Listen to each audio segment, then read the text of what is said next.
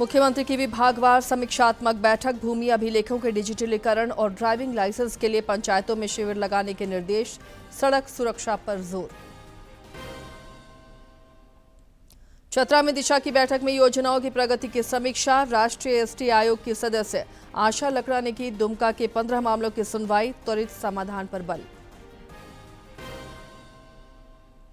राज्यसभा चुनाव को लेकर राजनीतिक सरगर्मी तेज, हेमंत सोरेन और कांग्रेस के राष्ट्रीय अध्यक्ष की हुई बातचीत, भाजपा में भी विमर्श जारी।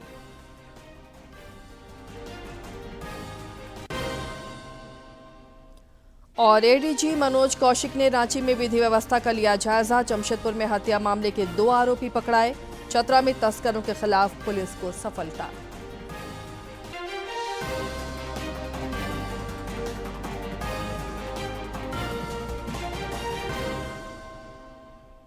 नमस्कार, खबरें झारखंड में आपका स्वागत है। मैं हूं आसिया नाजली और अब समाचार विस्तार से।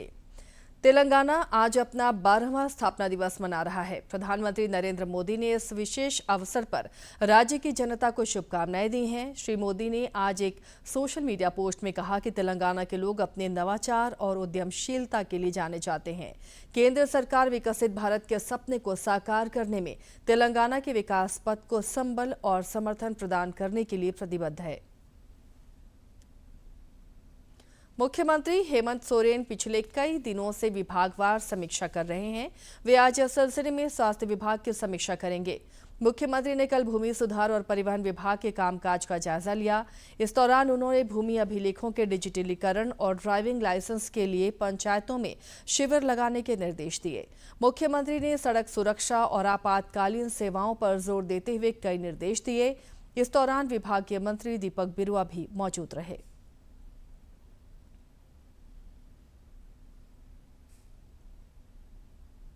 विधानसभा की विशेष समिति ने धनबाद परिसदन में बैठक कर विस्थापितों के पुनर्वास और नियोजन से संबंधित विषयों पर चर्चा की और अधिकारियों को जरूरी निर्देश दिए। विधायक मथुरा प्रसाद महतो की अध्यक्षता में इस बैठक में प्रभावित परिवारों से आवेदन भी लिए गए।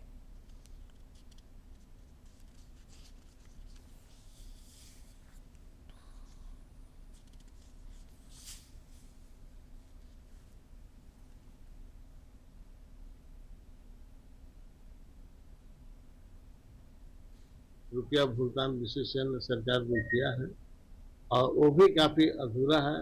हम लोगों ने यह प्रयास किया है कि बीसीसीएल, सीसीएल, डीसीएल जितने भी कंपनी यहाँ सरकारी जमीन को जो उपयोग कर रहे हैं उसका भी राशि दे, और उसके लिए सभी कंपनी के पदाधिकारी आए थे। उन लोगों ने भी प्रतिवेदन दिया है कि हम लोगों ने भी डिमांड जिससे हमारे सरकार की तरफ से आ जाएगा, हम लोग भी भुगतान करेंगे। चतरा में सांसद कालीचरण सिंह की अध्यक्षता में दिशा की बैठक हुई। इस दौरान विकास योजनाओं की प्रगति की उच्च स्तरीय समीक्षा हुई। सांसद ने विकास योजनाओं के प्रभावी क्रियान्वयन पर जोर दिया ताकि योजनाओं का लाभ जरूरतमंदों को मिल सके। जवाबदेह प्रशासन पर बल देते हुए उन्होंने कहा कि योजनाओं के क्रियान्वयन में किसी प्रकार की कोताही बर्दाश्त नहीं की जाएगी।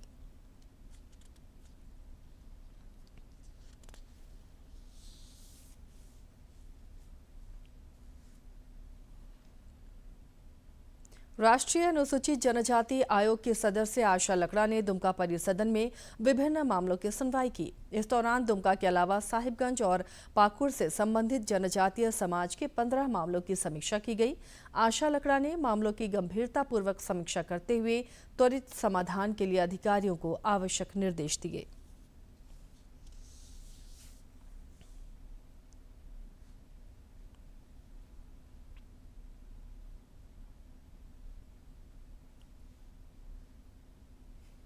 राज्य में 2 सीटों के लिए 18 जून को होने वाले राज्यसभा चुनाव को लेकर सरगर्मी तेज है।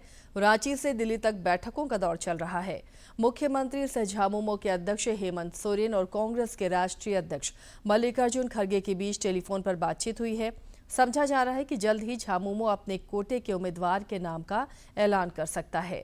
भाजपा में भी प्रत्याशी को लेकर विमर्श चल रहा है। प्रदेश अध्यक्ष आदित्य प्रसाद साहू ने कल दिल्ली में राष्ट्रीय अध्यक्ष नितिन नवीन से मुलाकात की है। JSLPS के मुख्य कार्यपालक पदाधिकारी अनन्य मित्तल ने रांची के नगड़ी और इटकी इलाकों में मधुपालक दीदियों द्वारा संचालित हनी माइग्रेशन सेंटर का निरीक्षण किया। इस दौरान उन्होंने उत्पाद की गुणवत्ता को सर्वोच्च प्राथमिकता देने पर बल दिया। श्री मित्तल ने झारखंड में उत्पादित शहद को अन्य राज्यों के बाजार में पहुंचाने और व्यवसाय का विस्तार करने के सुझाव भी दिए।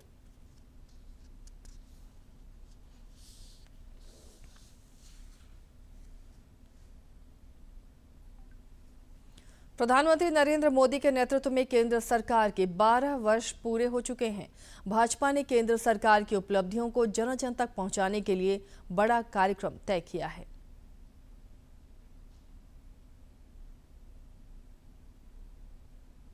सरकार के 12 साल पूरे होने के उपलक्ष्य में बीजेपी देश में एक बड़ा अभियान चलाने वाली है और इसके लिए 5 से 21 जून की तारीख तय की गई है, जब बीजेपी के नेता देश भर में घर घर जाएंगे और लोगों को सरकार के 12 साल की उपलब्धियों के बारे में बताएंगे। एक तरह से सरकार के कामकाज का लेखा जोखा होगा। बीजेपी देश भर में अभियान चलाएगी और गांव-गांव जा करके ये उपलब्धियां बताई जाएंगी। हर नेता हर विधानसभा क्षेत्र में लोगों से मिलने का कार्यक्रम करेंगे, जनता के साथ सीधा संवाद होगा, लोगों से सुझाव भी ले जाएंगे और सभी वर्गों को इसमें शामिल करने की जो रणनीति है, खासतौर पर जन कल्याण शिविर लगाए जाएंगे और बताया जाएगा कि आप इन केंद्रीय योजनाओं का कैसे लाभ उठा सकते हैं। ऑन स्पॉट रजिस्ट्रेशन की भी सुविधा होगी, मीडिया संवाद तो होंगे ही होंगे। एक पेड़ माँ के नाम आपको याद होगा, इस मौजूदा सरकार का जो तीसरा टर्म है उसका पहला मिशन मोड में जो शुरुआत हुई कार्यक्रम की, एक पेड़ माँ के नाम, उस पर भी स्वच्छता जो सबसे पहले 2014 से जो चला रहा है उस पर भी लगातार फोकस रहेगा। तो 5 से 21 जून बीजेपी का अभियान, मोदी सरकार 12 साल के जो बड़े रिफॉर्म्स हैं उनका असर, सरकारी योजनाएं कौन सी चल रही हैं और कैसे समाज के हर वर्ग उसका फ़ायदा उठा सकते हैं, इस पर मंथन और सरकार की उपलब्धियों को जन जन तक पहुंचाने का नया अभियान।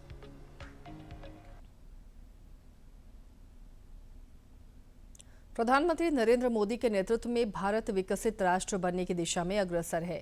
पिछले एक दशक में भारत का मध्यम वर्ग आर्थिक विकास का एक प्रमुख स्तंभ बनकर उभरा है।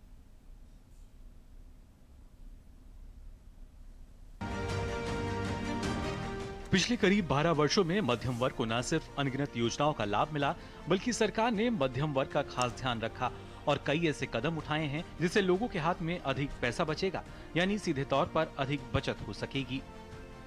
पीएम मोदी के नेतृत्व में सरकार ने राष्ट्रीय विकास के स्तंभ के रूप में मध्यम वर्ग पर अपना भरोसा रखा है। चाहे वह शून्य कर के लिए आय सीमा बढ़ाना हो, सरल कर व्यवस्था शुरू करना हो या रिटर्न दाखिल करने की प्रक्रिया पहले से कहीं ज्यादा आसान बनाना हो, या टीडीएस पर मिली छूट हो, या फिर जीएसटी सुधारों के जरिए मध्यम वर्ग का जीवन सुगम बनाना हो। मध्यम वर्ग को सबसे बड़ी राहत इनकम टैक्स छूट के जरिए मिली, जिसे बढ़ाकर 12 लाख रुपए कर दिया गया, जो कि पहले 7 लाख रुपए थी।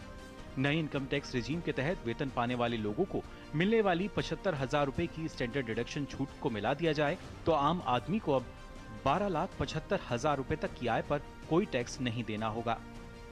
नए इनकम टैक्स स्लैब के अनुसार 0 से 4 लाख रुपए की आय पर टैक्स 0 होगा, वहीं 4 से 8 लाख रुपए की आय पर 5%, 8 से 12 लाख रुपए की आय पर 10%, 12 से 16 लाख रुपए की आय पर 15%, 16 से 20 लाख रुपए की आय पर 20%, 20 से 24 लाख की आय पर 25% और 24 लाख से अधिक की आय पर टैक्स की दर 30% होगी।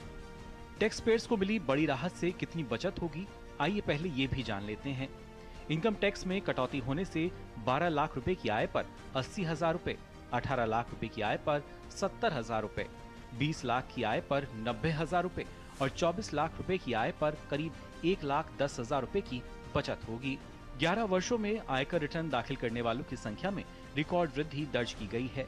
वित्त वर्ष 2014-15 में लगभग 3.91 करोड़ ITR दाखिल किए गए थे, जबकि वित्त वर्ष 2024-25 में बढ़कर 9.19 करोड़ दर्ज किया गया।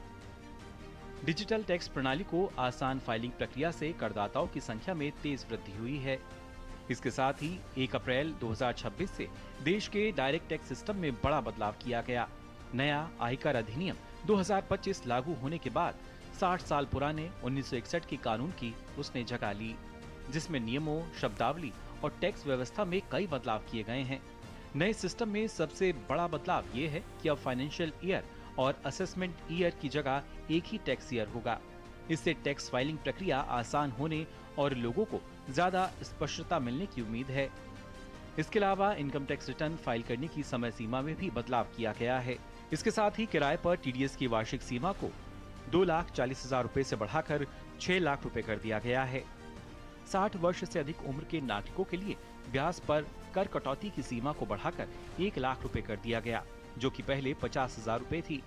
विदेश यात्रा पर टीसीएस घटाकर 2% कर दिया गया है, जबकि शिक्षा और इलाज के लिए विदेश भेजे जाने वाले पैसे पर भी टीसीएस कम किया गया है। इसके अलावा मोटर दुर्घटना दावा न्यायाधिकरण द्वारा दिए गए मुआवजे पर प्राप्त ब्याज को पूरी तरह से कर मुक्त कर दिया गया है।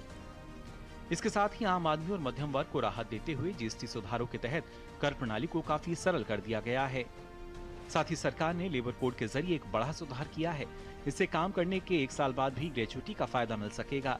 साथ ही समान वेतन और गिग वर्कर्स के सामाजिक सुरक्षा सुनिश्चित होगी। भारत के गिग कार्यबल के 2024-25 में 1 करोड़ से बढ़कर 2029-30 तक 2.35 करोड़ होने का अनुमान है। वहीं रोजगार के आंकड़ों पर नजर डालें तो भारत में रोजगार 2017-18 में 47.5 करोड़ से बढ़कर 2023-24 में 64.33 करोड़ हो गया, यानी 6 वर्षों में करीब 16.83 करोड़ नई नौकरियां सृजित हुई हैं।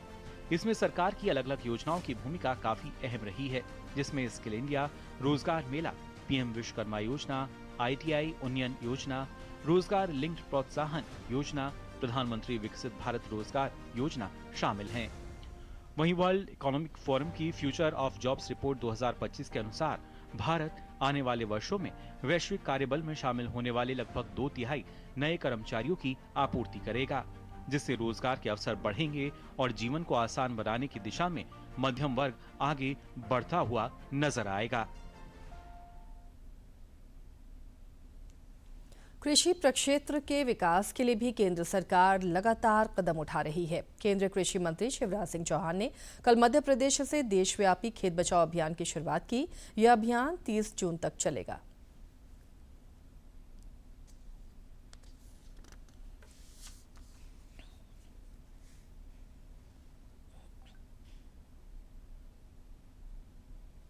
खेत बचाओ अभियान आज देश भर में प्रारंभ हुआ है।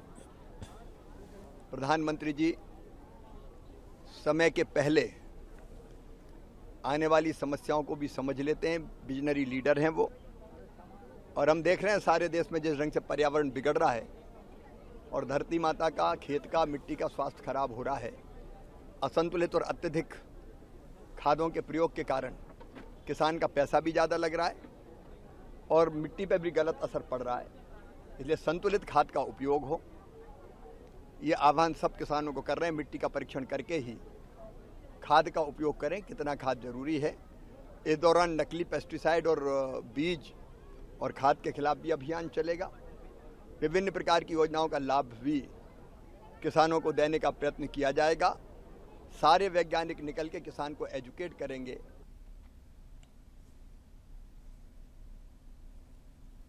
झारखंड में भी कृषि विकास की असीम संभावनाएं हैं, जिसे लेकर लगातार पहल हो रहा है। धनबाद में भी खरीफ सीजन को लेकर किसानों की सहायता के लिए जिला प्रशासन सक्रिय हो गया है। जिले के किसानों को 10 जून से धान के बीज उपलब्ध कराए जाएंगे। जिला कृषि पदाधिकारी डॉक्टर अभिषेक मिश्रा ने पूर्वी टुंडी का दौरा कर कृषि योजनाओं की समीक्षा की और किसानों को मौसम के अनुकूल खेती अपनाने की अपील की।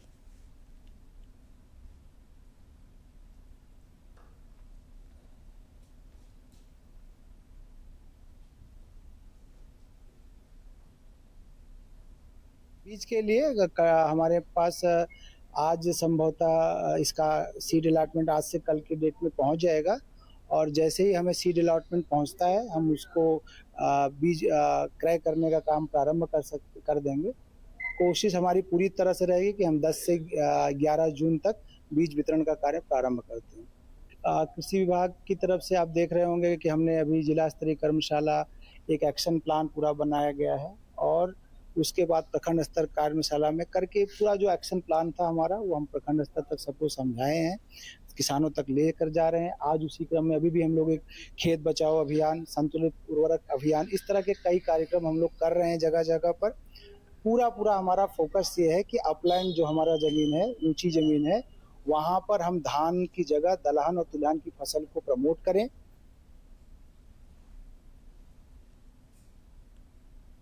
अपर पुलिस महानिदेशक सह रांची प्रक्षेत्र के पुलिस महानिरीक्षक मनोज कौशिक ने विधि व्यवस्था को लेकर रांची में कल बैठक की।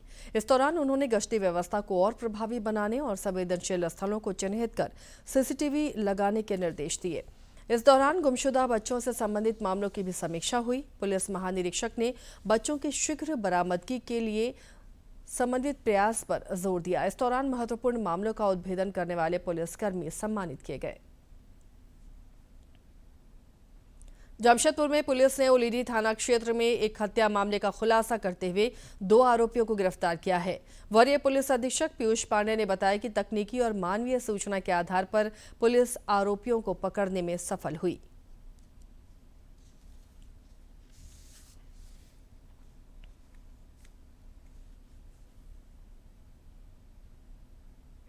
जिनके नाम है सूरज कुंटिया और राजू पुमकार। इन दोनों ने इन्वेस्टिगेशन और इंटेरोगेशन के दौरान अपनी संलिप्तता स्वीकारी है और इन्होंने बताया कि जो मृतक है उनके भाई विक्की सिंह और अप्पा राव के द्वारा पूर्व में सौरभ शर्मा और पवन शर्मा की हत्या की गई थी और उसके बदले में, उसके रिवेंज में इस घटना को कारित किया गया है।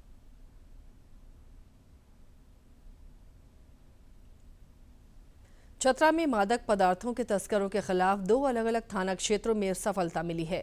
जिले के प्रतापपुर थाना क्षेत्र में पुलिस ने छापेमारी कर करीब 84 किलोग्राम अफीम डोडा बरामद किया है। इस मामले में एक तस्कर को गिरफ्तार किया गया है।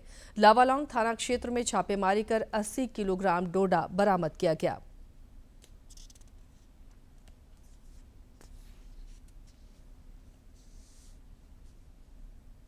इधर रांची रेलवे स्टेशन पर संयुक्त अभियान के क्रम में ऑपरेशन नारकोस के तहत 61 किलोग्राम गांजा बरामद किया गया। इस मामले में 3 तस्करों को गिरफ्तार किया गया है। RPF flying team, RPF post Ranchi और आरपीएफ की अपराध शाखा के संयुक्त अभियान में यह सफलता मिली। रांची पुलिस को मादक पदार्थों के तस्करों के खिलाफ भी सफलता मिली है। सुखदेव नगर थाना क्षेत्र में पुलिस ने कार्रवाई करते हुए एक महिला समेत 3 तस्करों को गिरफ्तार किया है। इन तस्करों के पास से ब्राउन शुगर, मोबाइल और कुछ नगद रुपए के अलावा लेन देन से संबंधित एक नोटबुक भी बरामद किया गया। हजारीबाग में 2 बच्चों के शव बरामद किए गए हैं। ये दोनों बच्चे 27 मई से ही लापता थे। कुर्रा थाना क्षेत्र से एक बच्ची का शव बरामद हुआ, जबकि उसके 3 साल के भाई का शव सिंदूर इलाके से कुएं से बरामद किया गया। शवों की बरामदगी के बाद आक्रोशित लोगों ने पुलिस की कार्यशैली पर सवाल उठाते हुए प्रदर्शन किया।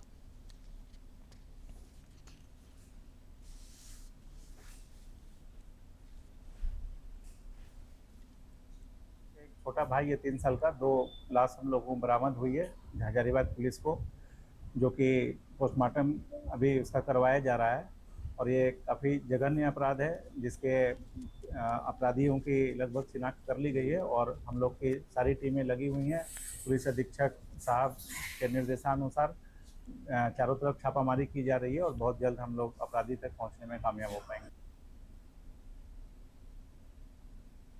और अब कुछ खबरें देख लेते हैं राज्य के विभिन्न जिलों से फटाफट अंदाज में।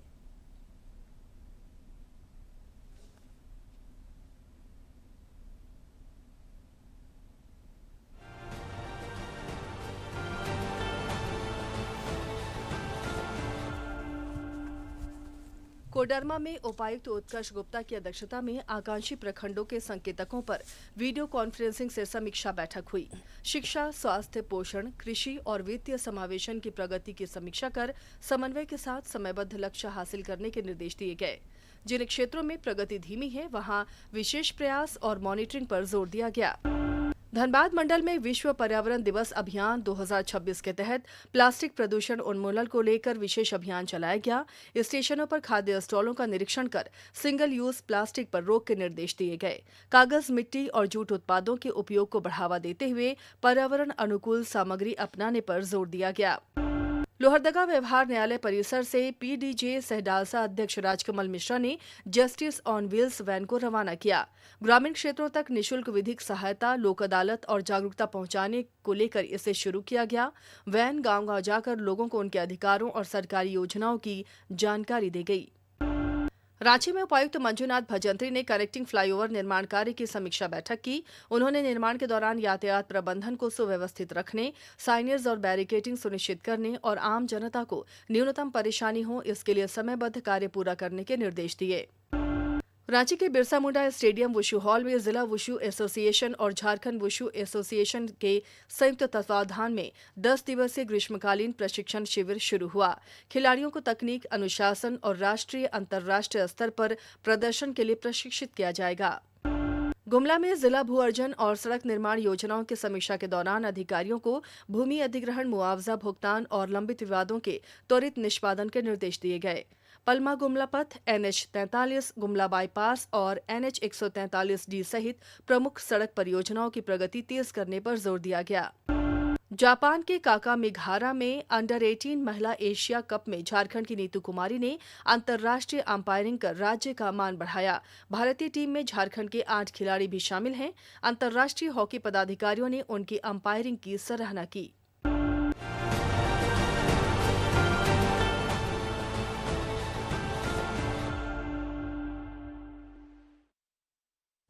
नीट यूजी परीक्षा पेपर लीक मामले की केंद्रीय शिक्षा मंत्रालय ने अपने स्तर पर भी जांच शुरू कर दी है।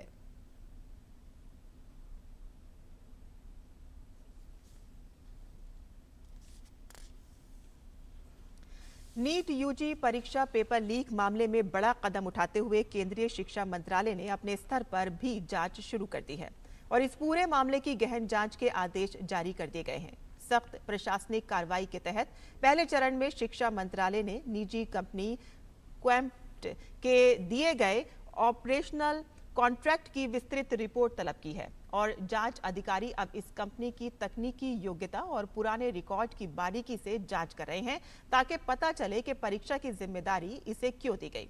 उच्च पदस्थ सूत्रों ने स्पष्ट किया है कि सरकार इस डेटा उल्लंघन और पेपर लीक की घटना को बेहद गंभीरता से ले रही है। मंत्रालय ने कड़ी चेतावनी दी है कि इस लापरवाही या मिलीभगत में शामिल किसी भी अधिकारी या बाहरी प्रतिनिधि पर सख्त से सख्त कार्रवाई होगी। प्रशासनिक मशीनरी को पूरी तरह से साफ सुथरा बनाने के मकसद से ये आंतरिक जांच तत्काल प्रभाव से शुरू की गई है। परीक्षा सुरक्षा को अभेद्य बनाने के लिए सरकार ने प्राथमिक जांच की जिम्मेदारी अब देश की प्रमुख केंद्रीय एजेंसियों को सौंप दी है और इसके अलावा तकनीकी विशेषज्ञों की एक उच्च स्तरीय समिति गठित की गई है जो डिजिटल इंफ्रास्ट्रक्चर और बायोमेट्रिक सत्यापन को नया रूप देगी। भविष्य में किसी भी गड़बड़ी को रोकने के लिए अब प्रश्न पत्रों के ट्रांसमिशन में एडवांस एन्क्रिप्शन प्रोटोकॉल लागू किया जाएगा। मंत्रालय ने वादा किया है कि जांच की अंतिम रिपोर्ट के आधार पर परीक्षा प्रबंधन को पूरी तरह से प्रोटोकॉल में ऐतिहासिक बदलाव किए जाएंगे।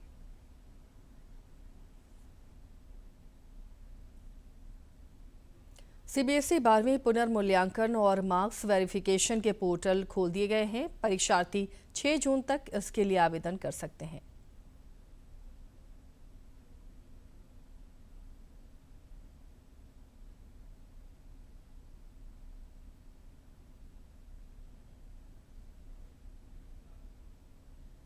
सीबीएसई की ओर से उत्तर पुस्तिकाओं का सत्यापन और पुनर्मूल्यांकन का पोर्टल अब लाइव हो गया है। वैसे छात्र जिन्होंने अपनी उत्तर पुस्तिकाओं की स्कैन कॉपी हासिल कर ली है अपने अंकों के सत्यापन और पुनर्मूल्यांकन के लिए ऑनलाइन आवेदन कर सकते हैं। बोर्ड ने स्पष्ट किया है कि आवेदन की प्रक्रिया 6 जून तक जारी रहेगी।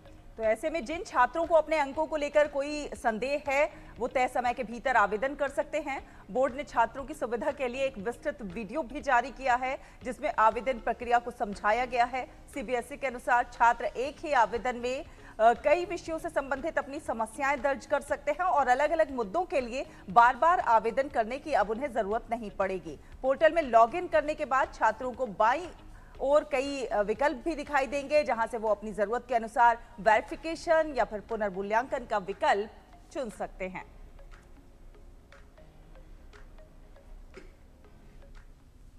संस्कृति कार्य निदेशालय, संगीत नाटक अकादमी नई दिल्ली और कला संस्कृति विभाग की ओर से प्रातिज्ञ कार्यक्रम का आयोजन किया गया। इस दौरान विख्यात कलाकारों ने प्रदर्शन कला के क्षेत्र में अनुभव साझा किए और प्रस्तुतियों से लोगों का मन मोहा। रांची के आरजे हाउस में संस्कृति कार्य निदेशालय, संगीत नाटक अकादमी नई दिल्ली और कला संस्कृति विभाग की ओर से प्रातिज्ञ कार्यक्रम आयोजित हुआ। इसमें लोक कलाकार पद्मश्री मुकुंद नायक, छऊ नृत्य के सुप्रसिद्ध कलाकार तपन पटनायक और रंगमंच के कलाकार अजय मलकानी ने कला से जुड़े अपने अनुभव साझा किए। छऊ के क्षेत्र में तपन पटनायक जी और लोक संगीत लोक नृत्य के क्षेत्र में हमारे पद्मश्री माननीय श्री मुकुंद नायक जी और संगीत नाटक अवार्डी अजय मलकानी, इन तीनों की कला यात्रा, इनकी रंग यात्रा, इनका रंग अनुभव और अगर संभव है तो थोड़ा सा डेमोन्स्ट्रेशन, ये पूरा का पूरा आयोजन संगीत नाटक अकादमी नई दिल्ली के द्वारा किया गया है। इस दौरान स्थानीय कलाकारों ने उलगुलान नामक नाट्य मंचन से दर्शकों को भाव विभोर कर दिया। वहीं लोक कलाकार पद्मश्री मुकुंद नायक ने क्षेत्रीय भाषा में गीतों की प्रस्तुतियों से स्थानीय पर्व त्योहार, लोक कलाओं और राज्य की समृद्धशाली संस्कृति को दर्शाने का प्रयास किया।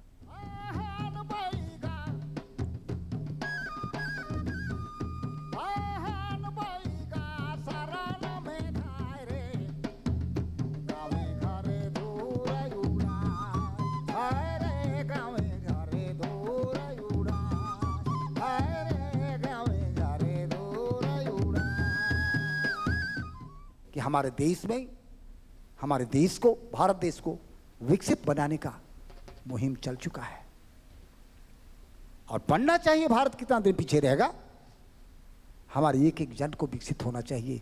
लेकिन मेरा कहना है विकसित बनाने के क्रम में थोड़ा पीछे भी झांक करके देखें, कोई चीज छूट तो नहीं रहा है, कोई चीज टूट तो नहीं रहा है। वहीं राज्य के सुप्रसिद्ध कलाकार तपन पटनायक ने झारखंड के राजकीय नृत्य छऊ की बारीकियों से लोगों को अवगत कराया। इस दौरान उन्होंने छऊ कला के इतिहास की भी जानकारियां साझा की और छऊ नृत्य की विकास गाथा से भी कलाकारों को अवगत कराया। मैं उस क्षेत्र से आया हूँ, सरायकेला, जिसका पहला नाम था सोढ़ई कोला। हमारा प्रोनाउंसिएशन जो होता है उड़िया में होता है। आप देखे होंगे 1931 का किसी लाइब्रेरी में आप खोज सकते हैं, एक किताब है the traditional dance of India, जो कमला देवी चट्टोपाध्याय जी ने लिखी है। वहाँ लिखा है षोडश कला सोढ़ई कला। षोडश कला मैंने 16 कलाओं में परिपूर्ण सोढ़ई कला। हम लोग का उच्चारण होता है सोढ़ई कला। कलाकारों के अनुभव, सांस्कृतिक प्रस्तुतियों और संवादों के माध्यम से कार्यक्रम ने प्रदर्शन कलाओं के संरक्षण और संवर्धन का संदेश दिया। आयोजन में बड़ी संख्या में कला प्रेमियों, विद्यार्थियों और कलाकारों ने भाग लेकर राज्य की सांस्कृतिक विरासत के प्रति अपनी प्रतिबद्धता दिखाई। डीडी न्यूज के लिए रांची से प्रणय प्रबोध की रिपोर्ट। और चलिए अब जान लेते हैं मौसम का हाल। देश के बड़े हिस्से में इन दिनों मौसम का मिजाज बदला हुआ है। आज भी कई क्षेत्रों में आंधी चलने की आशंका है। इधर झारखंड में भी कई इलाकों में बारिश के आसार हैं। मौसम विज्ञान केंद्र ने अपने तात्कालिक पूर्वानुमान में बताया है कि गुमला, गढ़वा, लातेहार और लोहरदगा में गरज के साथ बारिश हो सकती है। इधर राज्य में धीरे धीरे अब तापमान फिर से ऊपर चढ़ता दिख रहा है। आने वाले दिनों में इसमें करीब 3 डिग्री सेल्सियस तक की वृद्धि हो सकती है। ज्येष्ठ महीने के बड़ा मंगलवार पर आज देश भर के हनुमान मंदिरों में विशेष पूजा अर्चना की जा रही है। अयोध्या के प्रसिद्ध हनुमानगढ़ी मंदिर में भी श्रद्धालु बजरंगबली के दर्शन के लिए पहुंच रहे हैं।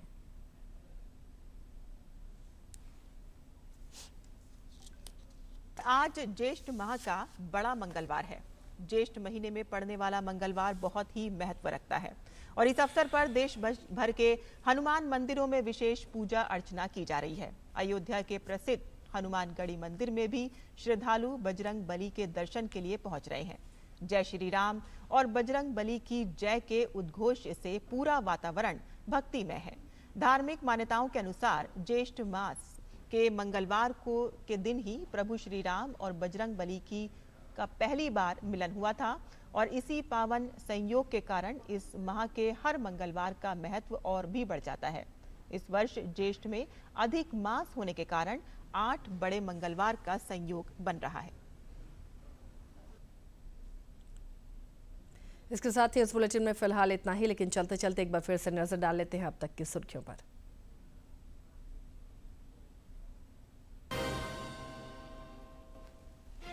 मुख्यमंत्री की विभागवार समीक्षात्मक बैठक, भूमि अभिलेखों के डिजिटलीकरण और ड्राइविंग लाइसेंस के लिए पंचायतों में शिविर लगाने के निर्देश, सड़क सुरक्षा पर जोर। चतरा में दिशा की बैठक में योजनाओं की प्रगति की समीक्षा, राष्ट्रीय एसटी आयोग की सदस्य आशा लकड़ा ने की दुमका के 15 मामलों की सुनवाई, त्वरित समाधान पर बल। राज्यसभा चुनाव को लेकर राजनीतिक सरगर्मी तेज, हेमंत सोरेन और कांग्रेस के राष्ट्रीय अध्यक्ष की हुई बातचीत, भाजपा में भी विमर्श जारी।